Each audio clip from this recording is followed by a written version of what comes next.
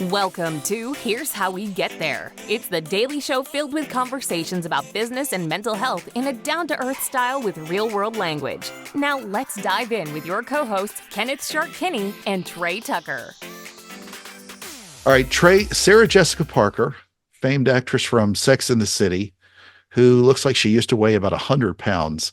But now I think she's 59. She actually looks great. She said she keeps dessert around to help daughters have a healthier relationship with food.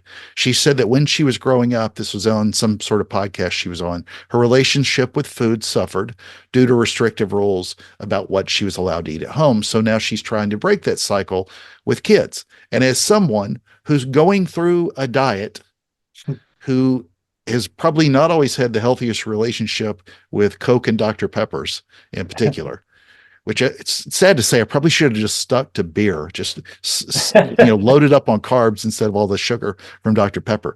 But a 2-liter bottle of soda, this is just sad trivia you start to remember as you pull away and try to get healthier again.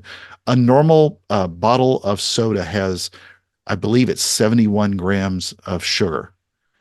Which is a ridiculous amount. Ketchup, things like a bottle of ketchup, typically a third of the bottle is sugar. I mean, remember that tomato sauce doesn't taste that great anyway, but you always want to load up on the natural sugars, fruit, honey, things like that, because they don't trick your metabolism quite the same way. And there are other things to use, like with cinnamon as an alternative and things like that. But there's so much sugar in normal processed foods we deal with.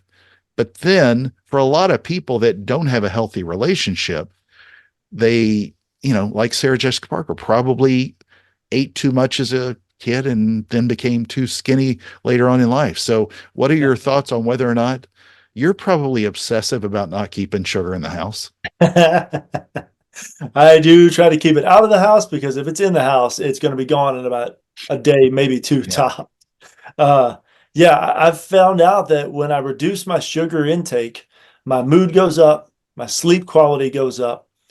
And as I don't eat sugar, the more days I don't eat sugar in a row, the less I crave it.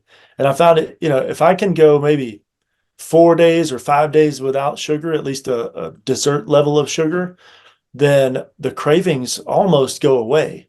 So it really isn't as tough as I thought it was going to be on the previous side of things. So I'm all for it. Plus it makes your teeth a little whiter if you reduce the intake. Well, every time I've ever dieted or changed my diet in the past, it's always the first thing I've addressed, like I'm doing now, is sugar and drinking plenty of water.